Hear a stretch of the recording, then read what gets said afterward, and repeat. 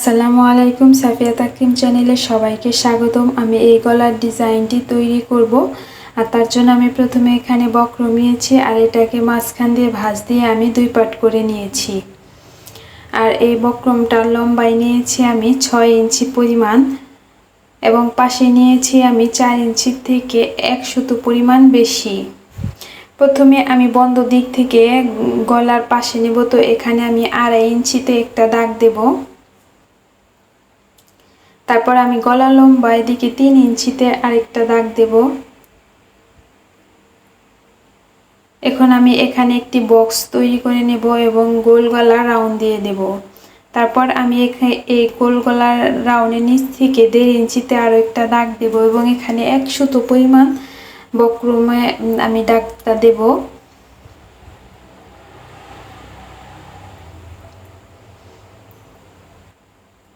তো এখন আমি এই গলাটার চতুর্দিকে 1 ইঞ্চি পরিমাণ বাহির দিয়ে আরও একটি করে দাগ দেব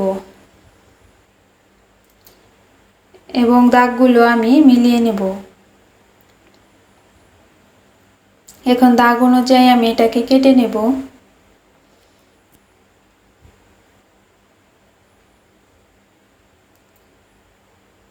তো আমার গলাটা কাটা হয়ে গেছে। এখন একটি কাপড়ের উপর আমি এটাকে রাখবো এবং বাড়তি কাপড়টা কেটে নেব এবং এখানে যে বাড়তি কাপড়টা আছে তো সেটাকে ভাঁজ দিয়ে বক্রমের উপর রেখে আমি সেলাই করব এবং গলার চতুর্দিকে আমি এইভাবে সেলাই করে নেব।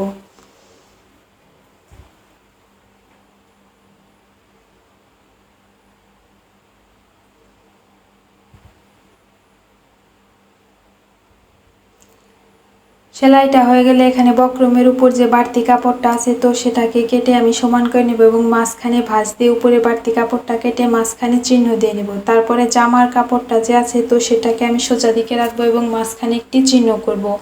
তো এই চিহ্ন এবং বক্রমের সাথে গলার যে চিহ্ন আছে সেই চিহ্ন মিল রেখে আমি লম্বালম্বিভাবে একটা সেলাই দেব। সেলাইটা হয়ে গেলে বক্রমে যেন সেলাই না লাগে, বক্রম ঘেঁষে আমি এখানে সেলাই করে নেব। সেলাইটা হয়ে গেলে এখানে আমি গলাটা কেটে নেব এবং কাট বসিয়ে নেব। তারপর আমি একটি শলার মাধ্যমে কোণাগুলো উঠিয়ে নিয়ে গলাটাকে উল্টিয়ে নেব।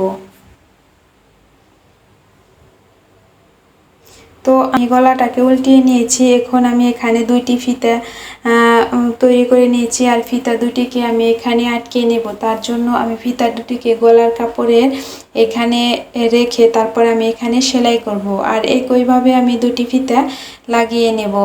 আর ফিতাগুলো লাগানো হয়ে গেলে আমি গলার চতুর্দিকে একটা চাপ সেলাই দিয়ে নেব।